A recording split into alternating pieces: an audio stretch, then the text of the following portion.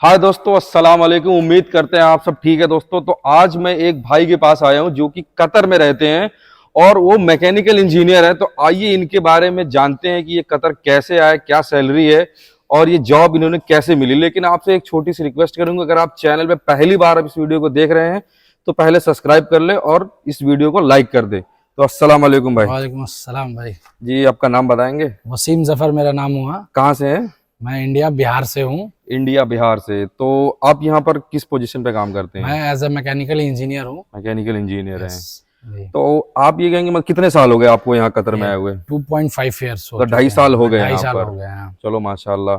तो आप ये बताएंगे कि आप आजाद वीजा पे आए थे या कंपनी पे वीजा पे आए थे, या फिर पहले ये आपकी पहली कंपनी है, दूसरी कंपनी है? ये मेरी दूसरी कंपनी है। दूसरी कंपनी है। हाँ, दूसरी कंपनी है। पहली कंपनी में मैं हम्म। अराउंड 6 महीने काम किया था।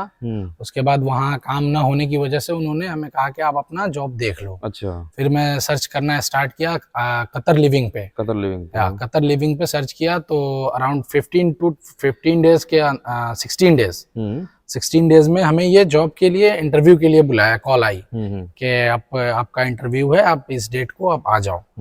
देन मैं इंटरव्यू के लिए आया। इंटरव्यू देने के दूसरे दिन कंफर्मेशन कॉल आती है कि हाँ आपका सिलेक्शन हो गया है, कि आप जो सिलेक्शन हो गया है। मतलब सिलेक्शन हो गया। चलो, सब जो आपको मुबारकबाद देना चाहेंगे थैंक भाई। यू। और मैं आज ये कहूंगा कि जो आप पहली कंपनी में थे हाँ। वहां पर आपकी क्या सैलरी थी और क्या पोजीशन थी आपकी?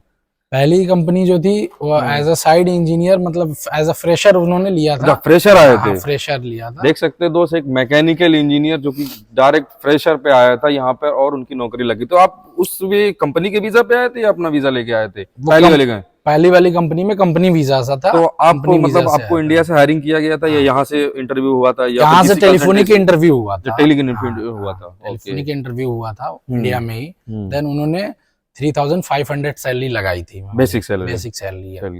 एंड ट्रांसपोर्टेशन और एकोमोडेशन कंपनी की थी। कंपनी का था। और ओवर टाइम था उसमें?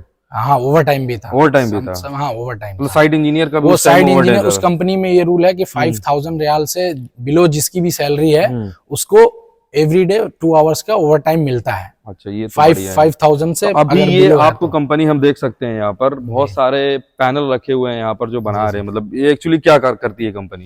ये एक्चुअली है जीआरसी की कंपनी है। ये जीआरसी की कंपनी है। जीआरसी की कंपनी है, ग्लास रेनफोर्स। अभी आप इस कंपनी में क्या पोजीशन है आपकी? Side engineer? या मैं साइड इंजीनियर। तो अगर मैं सैलरी कितनी होगी अगर आपको मतलब इंडिया में अगर कन्वर्ट करके बताएं, या फिर कतरी रियाल में कितनी है आपकी सैलरी? कतरी इंडिया में कन्वर्ट करें तो अप्रॉक्स 1.5 लाख के आसपास बनती है। 1.5 लाख? माशाल्लाह, बहुत बहुत बहुत शुक्रिया भाई। तो अगर कोई भाई अगर इंडिया से आना चाहते हैं कतर, तो उनके बारे में क्या कहना चाहेंगे आप? अभी प्रेजेंट टाइम में अगर आप कोई भाई इंडिया से आना, मैकेनिकल इंजीनियर जो अभी पास आउट हुए हैं या फिर कोई जॉब कर रहा है और यहाँ पर अगर कतर में आना चाह रहे हैं, तो उनके बारे में क्या कहेंगे आप? उनके बारे में मैं यही कहना चाहूंगा कि अगर अभी कतर में आप, एक तो आजाद वीजा से ना है, जो लोग कहते हैं कि हम फ्री वीजा लेकर आ जाएंगे, जॉब यहाँ मिल जाएगी। क्योंकि कतर में आप आओगे तो सबसे पहले आपका गल्फ एक्सपीरियंस पूछता है। अच्छा। आपको इंडिया में आप 5 साल 10 साल जॉब किए होंगे, उससे इनको कोई वो नहीं है।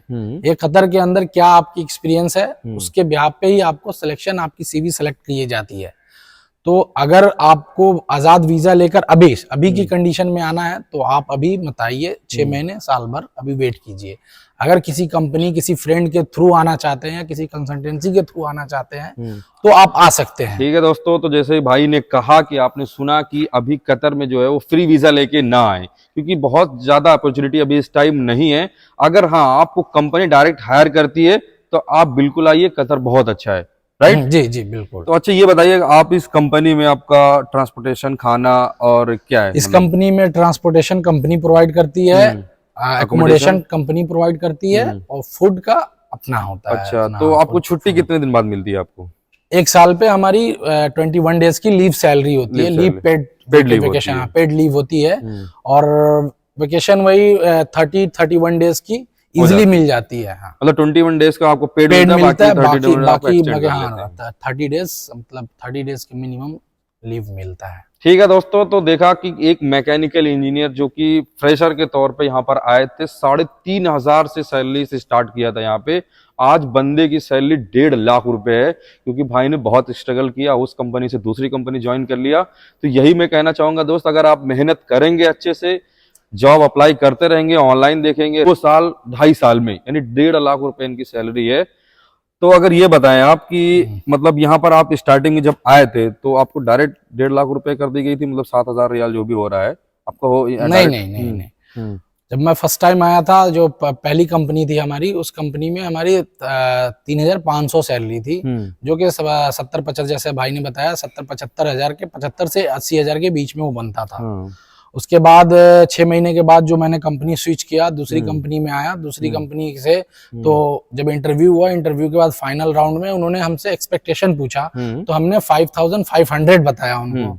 देन आफ्टर दैट बोलते कि ओके, आफ्टर हम आपको कॉल करेंगे, आप ठीक है, आपका नंबर है हमारे पास, हम कॉल करते हैं। मतलब आपने एक ही जगह इंटरव्यू दिया था, बहुत सारी जगह? नहीं, बहुत सारे इंटरव्यू दिया था, कई कंपनियों में दिया था। एक और कंपनी है उसमें भी दिया था, उसमें भी सिलेक्शन हो गया था। एक और कंपनी है उसमें भी सिलेक्शन हुआ, बट सबसे ज्यादा सैलरी मुझे यहाँ से मिल रही थी, इसलिए मैंने यहाँ ज्वाइन किया। अदर और जो लोग जो थे, जो प्रीवियस कंपनी की जो हमारी सैलरी पूछा था उन्होंने, वही सैलरी वो पे कर रहे थे, बट यहाँ हमने इनसे 5,500 एक्सपेक्ट किया था, मतलब डिमांड किया। तो उन्होंने मुझे फिर जब कॉल आई तो कहते हैं कि हम मैक्सिमम आपको 4,500 रुपीज पे करेंगे, एकोमोडेशन ट्रांसपोर्टेशन कंपनी की रहेगी। तब हमने ये ऑफर एक्सेप्ट किया था। देन ये कंपनी ज्वाइन किया था मैं 2021 अक्टूबर में। ओके दोस्तों, तो जैसा आपने भाई ने बताया सारा चीजें, आपको हमको लगा होगा, आपको समझ में आ गया होगा। अगर आप कतर आना चाहते हैं तो ऑफ कोर्स आइए, लेकिन कुछ दिनों के लिए अभी फ्री वीजा पे मत आइए। अगर आपको कंपनी का वीजा मिल रहा है या कोई अगर एजेंट के थ्रू आ रहे हैं तो उतना पैसा दीजिए जितना आप लॉस होने के लिए आप वेट कर सकते हैं, मतलब कम से कम पैसे दीजिए कि अगर आपका लॉस भी हो तो ज्यादा लॉस ना हो। तो ठीक है दोस्तों, इस वीडियो में इतना ही, फिर मिलते हैं एक और नई वीडियो में। वीडियो अच्छी लगी तो अपने दोस्तों को शेयर करें और लाइक करें और चैनल को सब्सक्राइब कर लें। Thank you.